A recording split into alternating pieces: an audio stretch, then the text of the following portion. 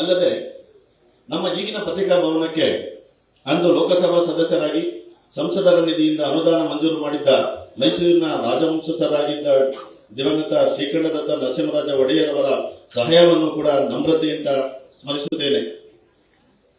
ಕಾಲ ಬದಲಾದಂತೆ ನಗರ ಪ್ರದೇಶ ಬೆಳೆದಂತೆಲ್ಲ ಈಗಿರುವ ಪತ್ರಕರ್ತರ ಭವನ ಹಲವಾರು ಒತ್ತಡಗಳನ್ನು ಎದುರಿಸುತ್ತಿದೆ. ಕಿರಿದಾದ ರಸ್ತೆ, ಅಕ್ಕಪಕ್ಕದಲ್ಲಿ ಇರುವ ಶಿಕ್ಷಣ ಸಂಸ್ಥೆಗಳು, ಗಣ್ಯರು ಭವನಕ್ಕೆ ಭೇಟಿ ನೀಡಲು ಇದ್ದಾಗ ವಾಹನಗಳ ನಿಲುಗಡೆಗೆ ಜಂಜಾಟ, ಹೀಗೆ ಹಲವು ಸಮಸ್ಯೆಗಳು ನಮ್ಮ ಕಣ್ಮುಂದಿವೆ. ಇದಕ್ಕೆ ಮುಕ್ತಿ ಕಲ್ಪಿಸಬೇಕಾದರೆ ಪತ್ರಕರ್ತರ ಭವನಕ್ಕೆ ಪರ್ಯಾಯ ಸ್ಥಳ ಬೇಕೆಂಬುದು ಬಹಳ ವರ್ಷಗಳಿಂದ ಸುಸಜ್ಜಿತ ಜಾಗ ಶೋಧಿಸುವ ಕಾರ್ಯ ನಡೆಯುತ್ತಲೇ ಇತ್ತು ಸ್ನೇಹಿತರೆ. ಆದರೆ ಸೂಕ್ತ ಜಾಗ ಅಭಾವದಿಂದಾಗಿ ನಮ್ಮ ಆಸೆ ಕೈಗೂಡಿರಲಿಲ್ಲ. ಈಗ 2020ರಲ್ಲಿ ನಾನು ಹಾಗೂ ನನ್ನ ಹೊಸ ತಂಡಕ್ಕೆ ಸಂಗಮ ನಡೆಸುವ ಜವಾಬ್ದಾರಿ ದೊರೆತ ಬಳಿಕ ಶಾಶ್ವತವಾದ ಭವನ ನಿರ್ಮಾಣಕ್ಕಾಗಿ ಜಾಗ ಹುಡುಕುವ ಕಾರ್ಯವನ್ನು ಗಂಭೀರವಾಗಿ ಆರಂಭಿಸಲಾಯಿತು. ಇದೇ ವೇಳೆಗೆ ಮೈಸೂರು ನಗರಾಭಿವೃದ್ಧಿ ಪ್ರಾಧಿಕಾರ ಸಂಘ ಸಂಸ್ಥೆ ಕೋಟಾದಡಿ ನಾಗರಿಕ ಸೌಕರ್ಯ ನಿವೇಶನಕ್ಕೆ ಅರ್ಜಿ ಕರೆದಿತ್ತು.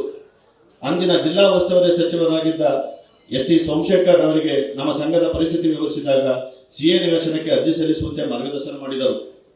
ಅಂದು ಕೂಡ ಅಧ್ಯಕ್ಷರಾಗಿದ್ದ ಎಚ್.ವಿ. ರಾಜೀವ್ ಅವರ ವಿಶೇಷ ಕಾಳಜಿ ಫಲವಾಗಿ ಚಾಮುಂಡಿ ಬೆಟ್ಟ ತಪ್ಪಲಿನ ಕೆಎನ್ಎಸ್ ಬಡಾವಣೆಯಲ್ಲಿ 9 ಗುಂಟೆ ಅಳತೆಯ ವಿಶಾಲವಾದ ಜಾಗವನ್ನು ಮೈಸೂರು ಜಿಲ್ಲಾ ಪತ್ರಕರ್ತರ ಸಂಘಕ್ಕೆ ನೀಡುವುದೆಂದು ಗುರುತಿಸಲಾಯಿತು. ಸಿಎ ನಿವೇಶನದ ಮಂಜೂರಾತಿ ಪ್ರಕ್ರಿಯೆ ಅಂತಿಮ ಹಂತ ತಲುಪಿದಾಗ ಮೈಸೂರು ಜಿಲ್ಲೆಯವರೇ ಆದ ಸನ್ಮಾನ್ಯ ಶ್ರೀ ಸಿದ್ದರಾಮಯ್ಯ ಅವರು 2ನೇ ಬಾರಿ ಮುಖ್ಯಮಂತ್ರಿಗಳಾಗಿ ಬಂದದ್ದು ನಮ್ಮ ಪಾಲಿಗೆ ಇನ್ನಷ್ಟು ಸಂತಸ ತಂದಿತು. ಸಂಘದ ಎಲ್ಲರೂ ಸಿದ್ದರಾಮಯ್ಯ ಅವರನ್ನು ಭೇಟಿಯಾಗಿ ಸಂಘಕ್ಕೆ ಸಿಎ ನಿವೇಶನ ಮಂಜೂರಾಗುತ್ತಿರುವ ವಿಷಯವನ್ನು ಗಮನಕ್ಕೆ ತರುತ್ತಿದ್ದಂತೆ ವಿಳಂಬ ಮಾಡದೆ ಮಂಜೂರಾತಿಯ ಎಲ್ಲ ಪ್ರಕ್ರಿಯೆಗಳನ್ನು ಪೂರ್ಣಗೊಳಿಸುವಂತೆ ಅಧಿಕಾರಿಗಳಿಗೆ ಸೂಚಿಸಿದರು. ಇದರಿಂದಾಗಿ ಸದಾಕಾಲ ಮೈಸೂರು ಪತ್ರಕರ್ತರ ಹಿತಚಿಂತನೆ ಮಾಡುವ ಸಿದ್ದರಾಮಯ್ಯ ಅವರ ಕಾಳಜಿ ನಮಗೆ ಅವರ ಮೇಲಿನ ಗೌರವವನ್ನು ಮತ್ತಷ್ಟು ಇಮ್ಮಡಿಗೊಳಿಸಿತು.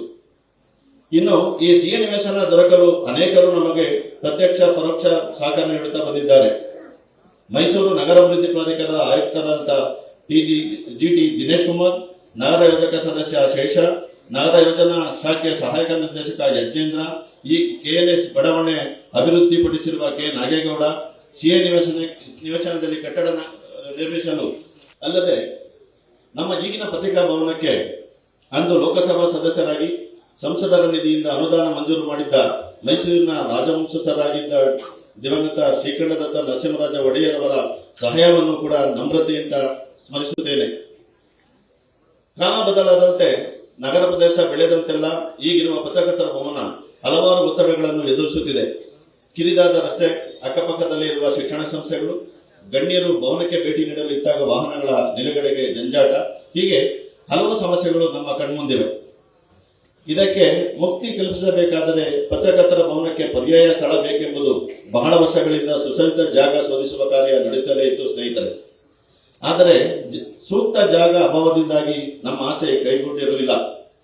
ಈಗ 2020ರಲ್ಲಿ ನಾನು ಹಾಗೂ ನನ್ನ ಹೊಸ ತಂಡಕ್ಕೆ ಸಂಗಮ ನಡೆಸುವ ಜವಾಬ್ದಾರಿ ದೊರೆತ ಬಳಿಕ ಶಾಶ್ವತವಾದ ಭವನ ನಿರ್ಮಾಣಕ್ಕಾಗಿ ಜಾಗ ಹುಡುಕುವ ಕಾರ್ಯವನ್ನು ಗಂಭೀರವಾಗಿ ಆರಂಭಿಸಲಾಯಿತು. ಇದೇ ವೇಳೆಗೆ ಮೈಸೂರು ನಗರಾಭಿವೃದ್ಧಿ ಪ್ರಾಧಿಕಾರ ಸಂಘ ಸಂಸ್ಥೆ ಕೋಟಾದಡಿ ನಾಗರಿಕ ಸೌಕರ್ಯ ನಿವೇಶನಕ್ಕೆ ಅರ್ಜಿ ಕರೆದಿತ್ತು. ಅಂದಿನ ಜಿಲ್ಲಾ ಉಸ್ತುವಾರಿ ಸಚಿವರಾಗಿದ್ದ ಎಸ್.ಟಿ. ಸೋಮಶೇಖರ್ ಅವರಿಗೆ ನಮ್ಮ ಸಂಘದ ಪರಿಸ್ಥಿತಿ ವಿವರಿಸಿದಾಗ ಸಿಎ ನಿವೇಶನಕ್ಕೆ ಅರ್ಜಿ ಸಲ್ಲಿಸುವಂತೆ ಮಾರ್ಗದರ್ಶನ ಮಾಡಿದರು. ಅಂದು ಕೂಡ ಅಧ್ಯಕ್ಷರಾಗಿದ್ದ ಎಚ್.ವಿ. ರಾಜೀವ್ ಅವರ ವಿಶೇಷ ಕಾಳಜಿ ಫಲವಾಗಿ ಚಾಮುಂಡಿ ಬೆಟ್ಟ ತಪ್ಪಲಿನ ಕೆಎನ್ಎಸ್ ಬಡಾವಣೆಯಲ್ಲಿ 9 ಗುಂಟೆ ಅಳತೆಯ ವಿಶಾಲವಾದ ಜಾಗವನ್ನು ಮೈಸೂರು ಜಿಲ್ಲಾ ಪತ್ರಕರ್ತರ ಸಂಘಕ್ಕೆ ನೀಡುವುದೆಂದು ಗುರುತಿಸಲಾಯಿತು. ಸಿಎ ನಿವೇಶನದ ಮಂಜೂರಾತಿ ಪ್ರಕ್ರಿಯೆ ಅಂತಿಮ ಹಂತ ತಲುಪಿದಾಗ ಮೈಸೂರು ಜಿಲ್ಲೆಯವರೇ ಆದ ಸನ್ಮಾನ್ಯ ಶ್ರೀ ಸಿದ್ದರಾಮಯ್ಯ ಅವರು 2ನೇ ಬಾರಿ ಮುಖ್ಯಮಂತ್ರಿಗಳಾಗಿ ಬಂದದ್ದು ನಮ್ಮ ಪಾಲಿಗೆ ಇನ್ನಷ್ಟು ಸಂತಸ ತಂದಿತು.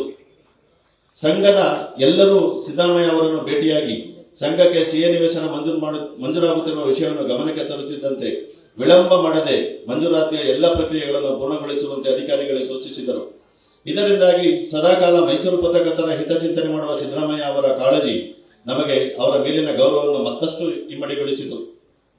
ಇನ್ನು ಈ ಸಿಎ ನಿವೇಶನ ದೊರಕಲು ಅನೇಕರು ನಮಗೆ ಪ್ರತ್ಯಕ್ಷ ಪರೋಕ್ಷ ಸಹಕಾರ ನೀಡುತ್ತಾ ಬಂದಿದ್ದಾರೆ.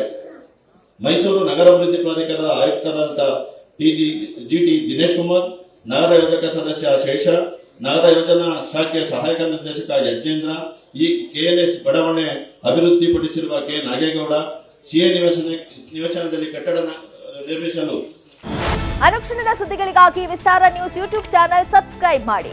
ಹೊಸ ಸುದ್ದಿಗಳ ನೋಟಿಫಿಕೇಶನ್ಗಾಗಿ ಬೆಲ್ ಐಕಾನ್ ಕ್ಲಿಕ್ ಮಾಡಿ.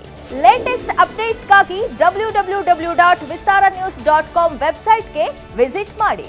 ಅಂಗೈಯಲ್ಲೇ ಜಗತ್ತಿನ ಸುದ್ದಿ ತಿಳಿಯಲು ವಿಸ್ತಾರ ನ್ಯೂಸ್ ಕನ್ನಡ ಆಪ್ ಡೌನ್ಲೋಡ್ ಮಾಡಿ.